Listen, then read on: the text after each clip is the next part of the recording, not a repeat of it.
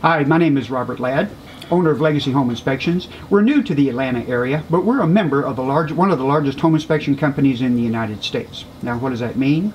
The average company will do around 300 inspections per year. Last year, in Kansas City alone, we did over 3,000. In Kansas City, it's where our home base is.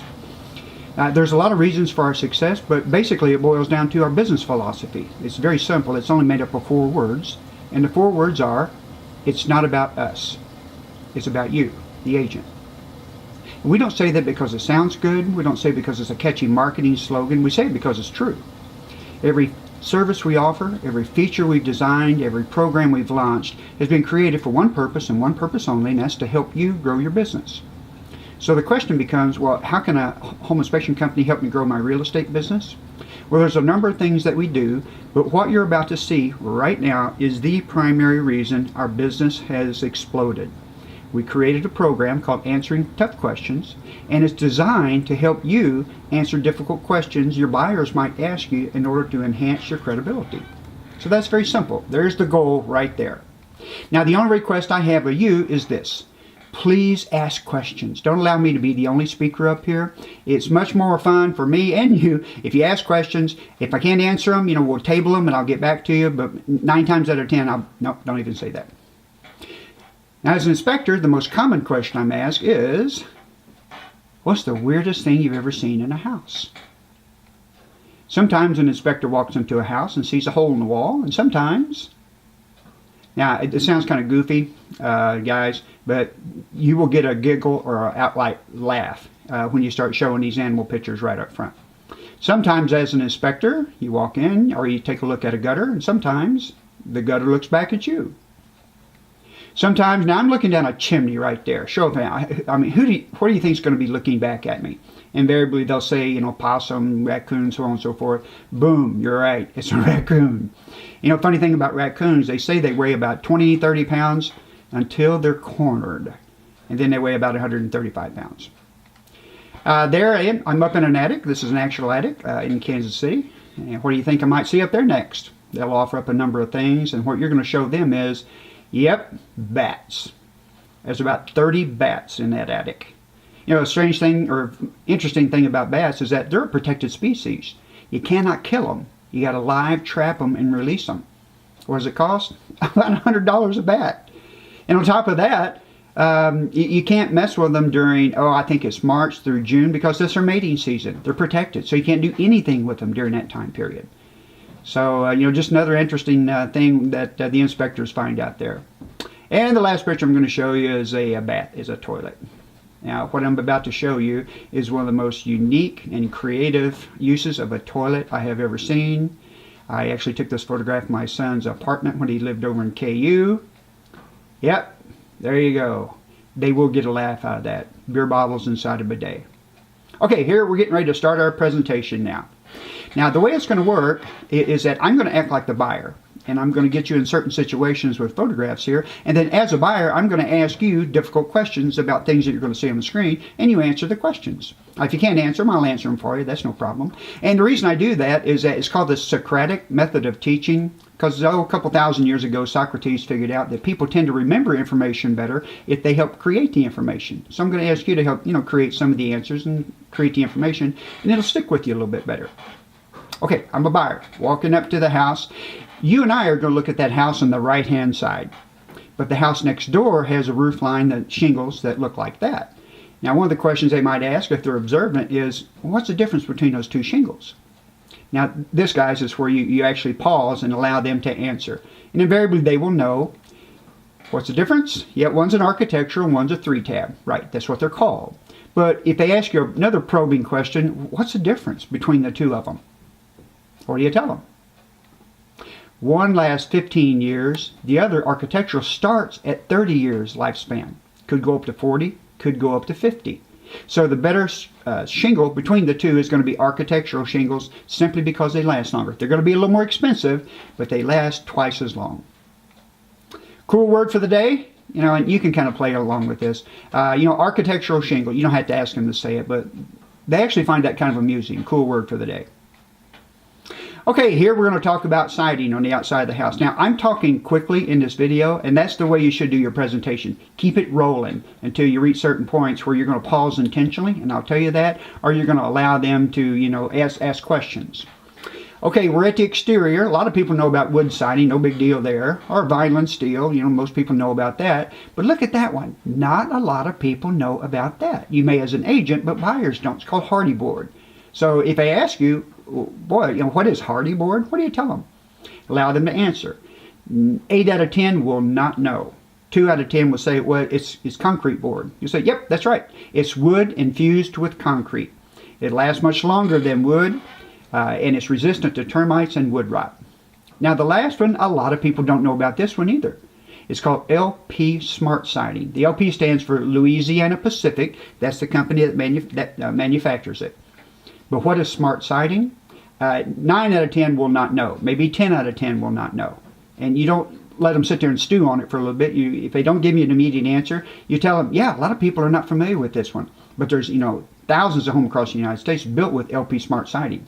It is the next best thing to hardy board, and hardy board is the next best thing to brick. What's LP Smart Siding? It's wood infused with resin. And that resin makes the wood resistant to termites and wood rot. So if you've got a listing that has hardy board on it, man, put that front and center on the seller's disclosure. Or if it's made of LP Smart Siding, put that front and center of seller's disclosure, because that's an important and inexpensive feature. Now, a lot of people have questions about this. You walk up, you see an all stucco house.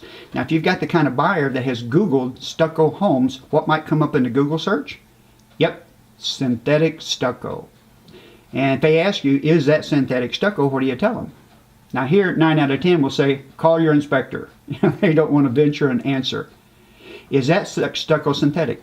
What I'm getting ready to show you right now is 3 ways that you can always tell, 99 out of 100 times, if it is synthetic stucco.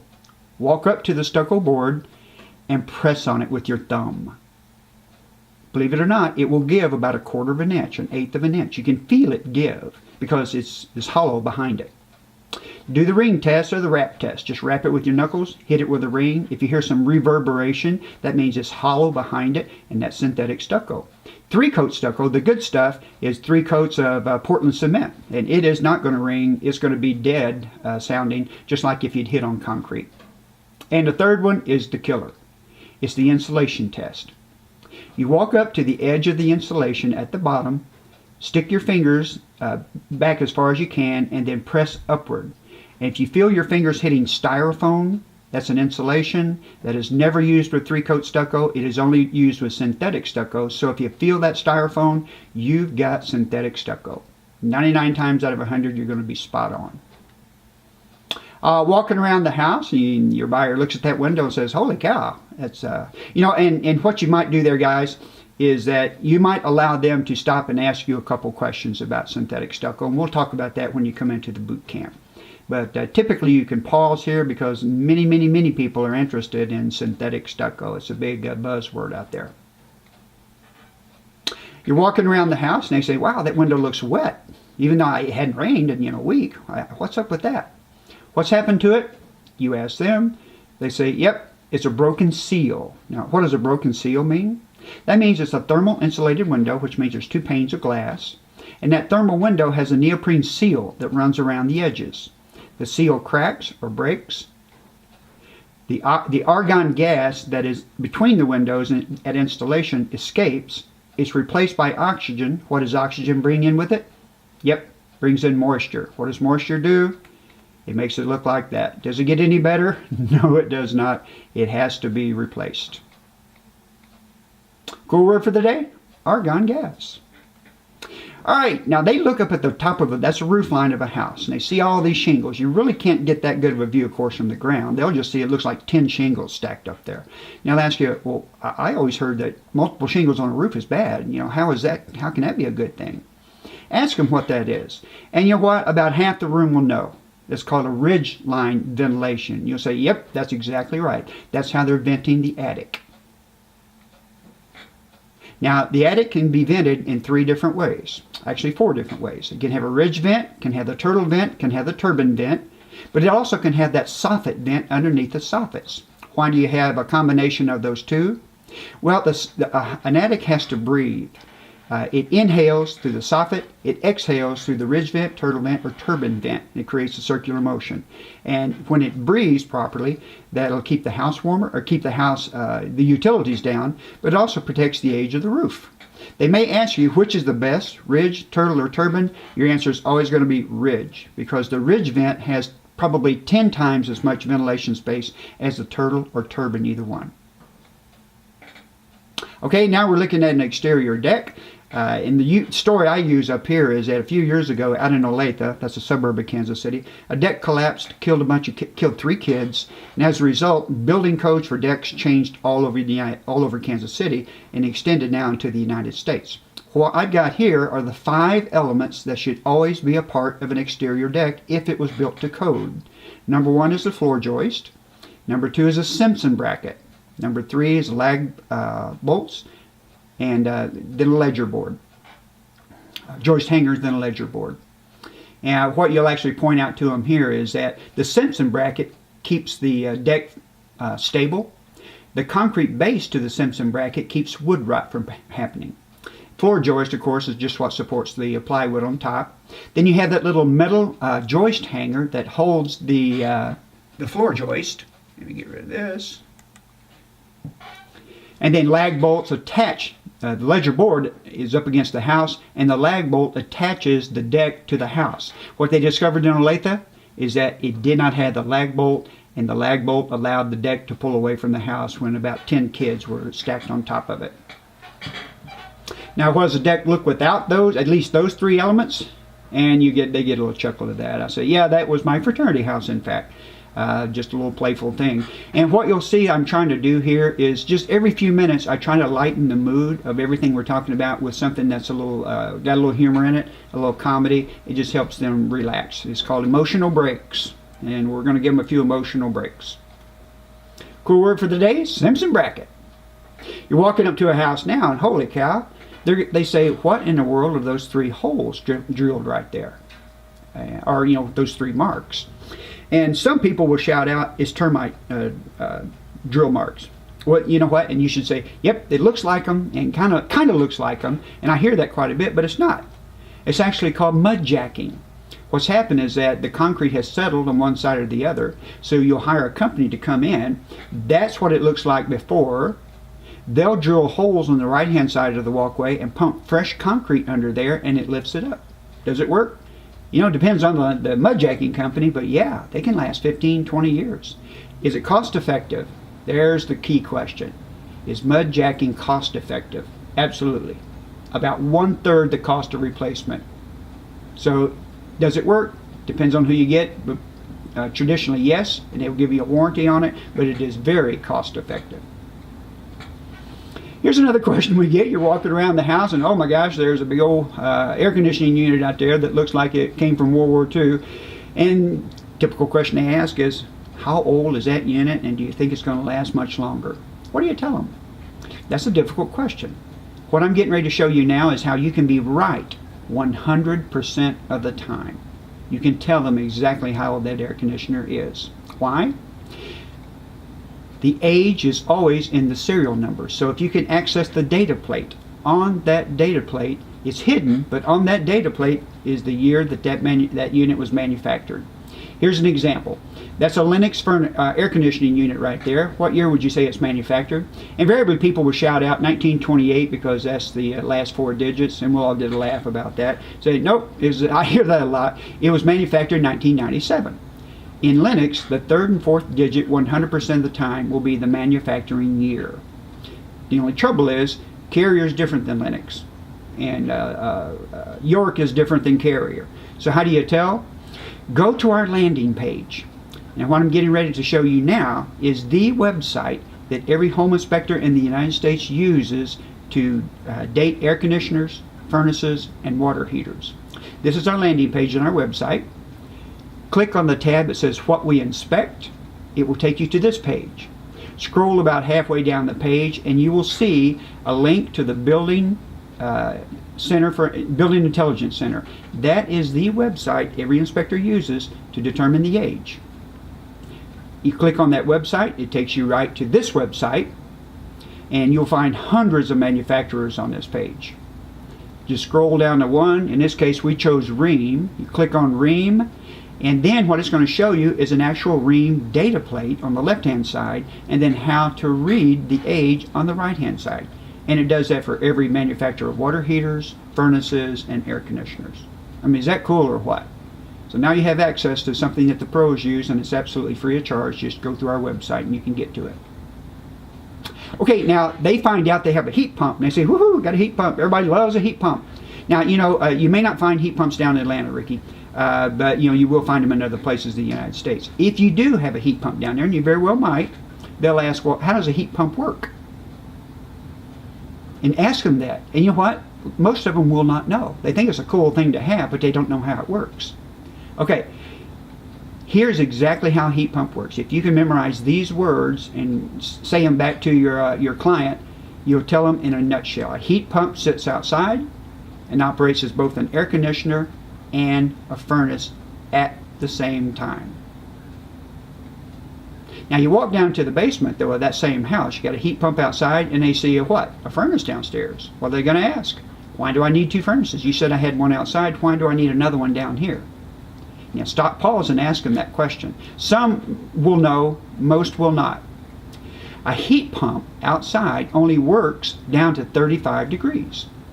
Below 35 degrees, there's essentially no heat in the air, so it automatically then switches over and kicks over the gas-fired furnace in the basement. Now how can you tell that's a heat pump? It will not say heat pump on the data plate. Don't know why they do that, but they don't. The only way you can find out is to go into the thermostat and look for the phrase or the words system emergency heat. Emergency heat means you've got a heat pump. It's automatically on emergency. It's going to click over and use that gas-fired furnace downstairs. If it does not say emergency heat, that means you do not have a heat pump. Halfway through the presentation. Of course, yours is going to take longer than this. I'm kind of rushing through it a little bit, but you're going to be getting questions, I guarantee it. Okay, as we transition from exterior to interior features with a movie trivia question, first one with the correct answer wins. And just pause there, a little pregnant pause, build up some tension. Now that's the face of the broker of that office. You get unlimited use of Deborah's MasterCard for 24 hours. Guarantee it, folks, you will get a belly laugh when they see that. This is a scene from what movie? They're all going to shout out, Finding Nemo. Yep, that's right. What was the bluefish's name? They'll all know. Yep, it was Dory, no question about it. And they'll be laughing and having some fun with it. No, do you remember this? Do you remember that? Who provided the voice of Dory? They'll all shout out Ellen DeGeneres. This is where you have some fun with it. You say, yep, you know what? It wasn't Ellen DeGeneres. A lot of people think that it was, but that's kind of a common myth out there. It was actually, now that's a photograph that I'll show you how to download. It's one of the agents in their office. Her name is Allie Plunkett. They'll all get a big kick out of that. You'll say, oh no, you're right. It was actually Ellen DeGeneres. Okay, enough of this foolishness. Now before you do that, here is where you pause and you just say to them, I want to take a breather right now and just ask you, do you have any questions? Because if you do, I want to be able to answer your questions. And just spend a few minutes talking to them about anything they want to talk about. And at the midpoint of that is when you introduce the safety kit. And I will show that to you and how you do that when you get to the boot camp. Now, okay, enough of this foolishness. Back to the presentation. You've walked into a basement, and what you see is a really cool feature in that picture. There's a feature in that picture that increased the price of that home by about $5,000 to $7,000. Can anyone see it? Some people will probably pick it out. Yep, it's that floor joist right there. What's so cool about it? It is called the Silent Floor System. What's it designed to do? Well, Georgia Pacific about 30 years ago invented a floor system where they put those joists and then a little furring strip on the top.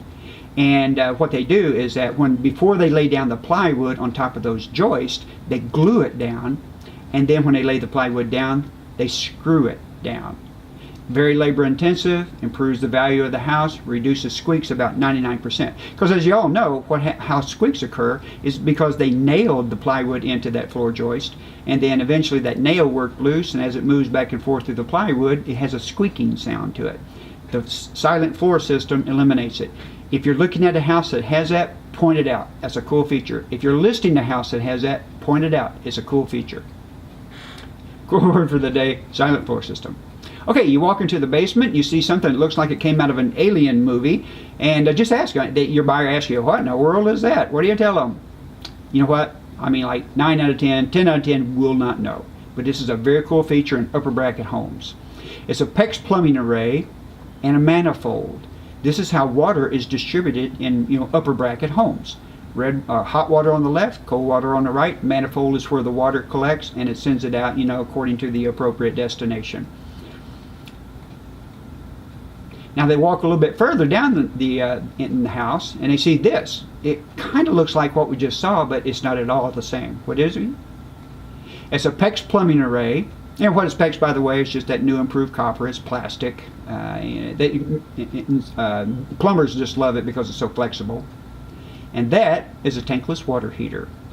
Now you will find those in upper bracket homes again.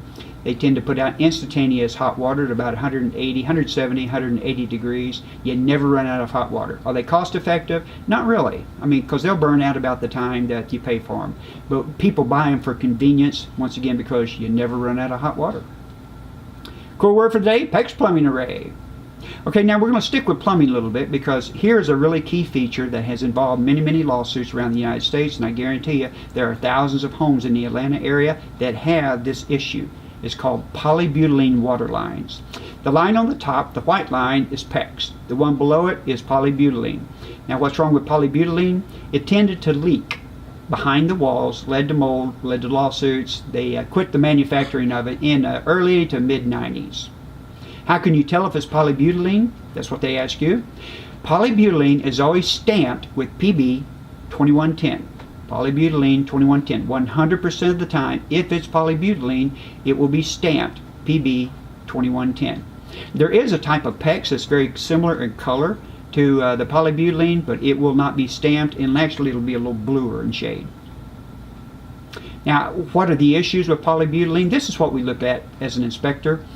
If both of these are polybutylene. On the left-hand side, it was crimped with copper. On the right-hand side, it was crimped with aluminum, or maybe even plastic for the old ones. If we see the copper on the left-hand side, it's our standard of practice. We have to call it out and recommend that a plumber come in and take a look at it. But 9 times out of 10, almost 10 times out of 10, if it's been crimped with copper, you're good to go.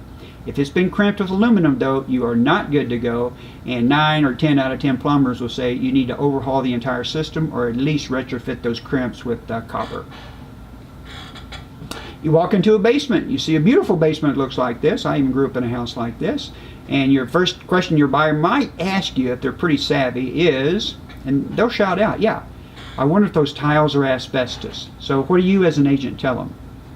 There's no way to tell, really. Well, there is. I'm going to show you something. It's a little trick we use, but it'll work 9 out of 10 times. Those tiles, if they're asbestos, are about 8-inch square. So step into one of those tiles, and you know how large, what size shoe you wear. If you determine from your shoe size that it's about 8 inches, more than likely you've got asbestos tiles down there. If they're larger than that, probably some type of manufactured tile, or maybe linoleum. So the question then becomes, when you hear the word asbestos, what do they think? Oh my God, mesothelioma. If I inhale it, it's going to kill me. So what should I do? Do I tell them to rip it up? As an inspector, we don't. We say if it's in good shape, like that one is right there, that's immaculate shape, just don't mess with it. Asbestos is not dangerous until you start pulling it up.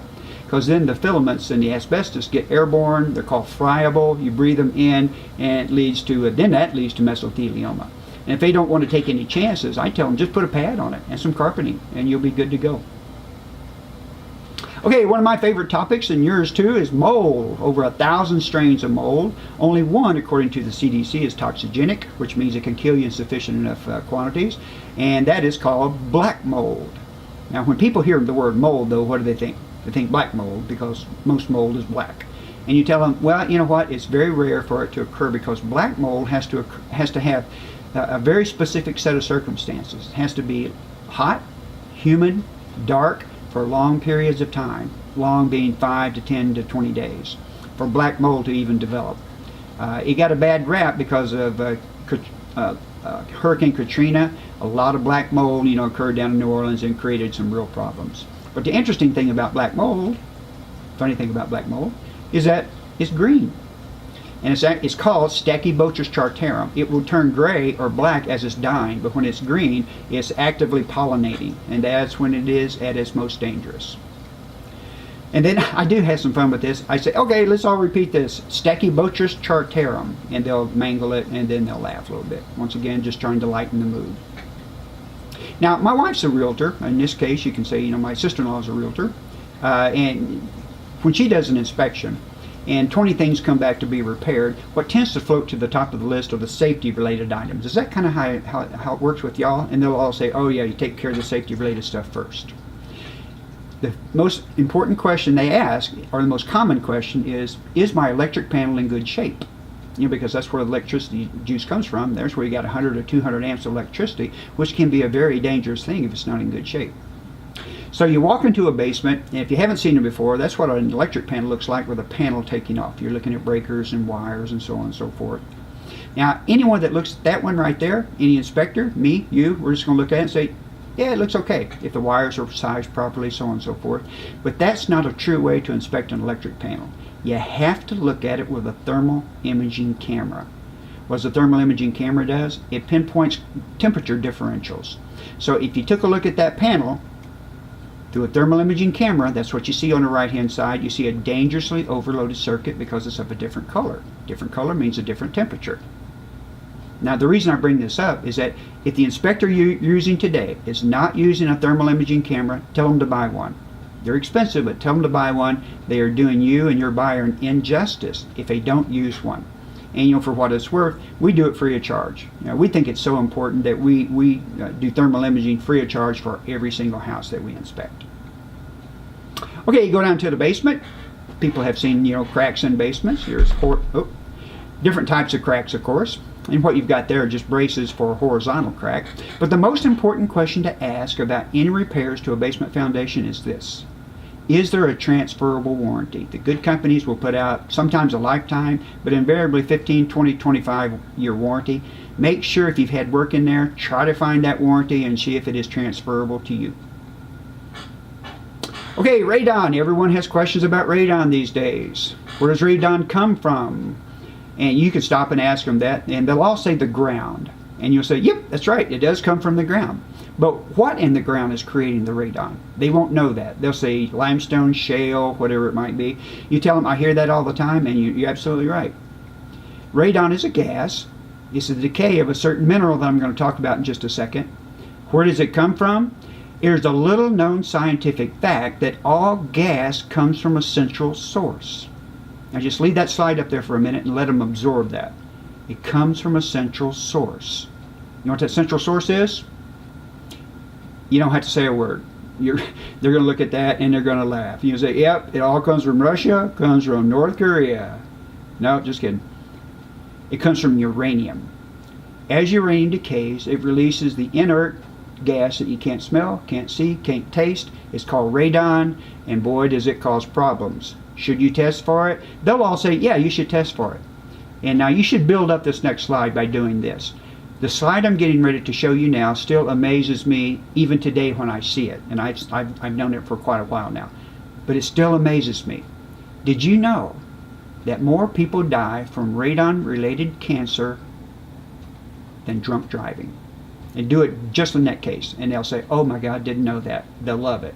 They'll say, can you send me that slide? I want to send it to my buyers. This is where you say, you know what, if it's okay with you, I'll send the whole presentation to your broker and he can just distribute it out to you. And they'll all say, thank you, thank you, thank you, thank you. In fact, you might say that earlier in the presentation, because you'll see people start taking notes, and you don't want them taking notes. You want them looking and talking and listening to you. And just tell them, you don't need to take notes because I'm going to send you everything. It's got to have all the writing, all the visuals, everything that you need. More people die each year from radon-related cancer than drunk driving. Now, a very astute buyer might say, but how do you know it was radon that killed people? That's a great question. Because radon destroys DNA in a very specific way. It's called a signature. And when someone is diagnosed with cancer, regardless of whether or not they're a smoker, they'll do a DNA scan on them. And if they see that the DNA in that person was destroyed in that particular fashion, that radon made it radon related, they know that that was at least part, if not the entire cause. So it's very specific. The EPA has studied this for 30 years now, and they're very spot on.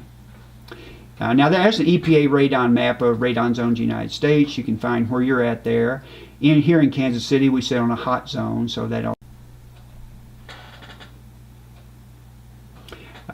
Sorry about that. My video stopped recording for some reason, so I'm just going to pair these up, with the other one. You're still looking at that radon map. Here's the last topic: electromagnetic fields, EMFs. How many have heard of them? Nobody in the room will have heard of it. The World Health Organization determined that EMFs are a class 3 carcinogen. An EMF is just an electromagnetic field that is produced by anything that consumes or produces electricity. What's a class 3 carcinogen? They know that it causes cancer in rats. They don't know if it causes cancer in me or you. Not enough study has been done on that. But they've determined, the World Health Organization, this is where radon was 20, 25, 30 years ago. It was a class 3 carcinogen. We all know where it's at now. So what do EMFs do? Well, they cause cancer, and there will be companies that have devised ways to remediate against it, but right now the only remediation is distance. What's the most dangerous source? Yep, you got it, above ground power lines. You can bury those lines, that helps, but it doesn't eliminate the problem. How do you measure it? With a Gauss meter, EMF. Now, what happens here in Kansas City is that our Kansas City Power and Light will come out and measure it for you, but you have to get on their calendar. It extends out for a while, but it's free. We also do it free. I believe we're the only inspection company in Kansas City, Atlanta, wherever it might be, that uses a Gauss meter to test the EMFs. So we can actually come out and do it for you free of charge. Okay, recap. There's no real recap here, guys. What you're going to say when you see the word recap is that, what I've tried to do is to provide you with a couple answers to a couple difficult questions that may be asked by your buyers.